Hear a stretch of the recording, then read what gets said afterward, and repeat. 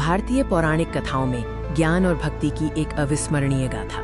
कैलाश पर्वत के दिव्य शिखरों से आरंभ होती है ये कहानी, जहाँ प्रेम और ज्ञान का संगम है। दिव्य आभा में डूबा कैलाश पर्वत, जहाँ महादेव और माँ पार्वती विराजमान है। एक ओर वीर तेजस्वी कार्तिकेय तो दूसरी ओर शांत विचारशील गणेश।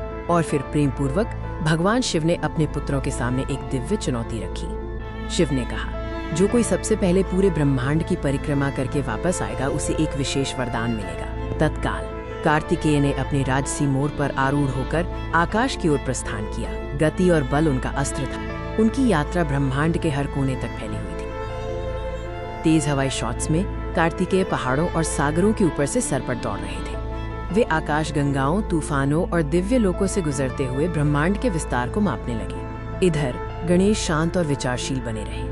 उनका मार्ग बल का नहीं बल्कि भक्ति का था। उन्होंने अपने माता पिता की ओर देखा और ज्ञान के गहरे सत्य को समझा।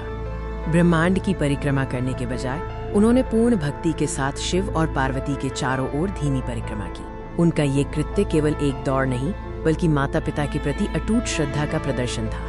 असंख्य लोगों की यात्रा पूरी करने के बाद कार्तिकेय वापस कैलाश लौट रहे थे।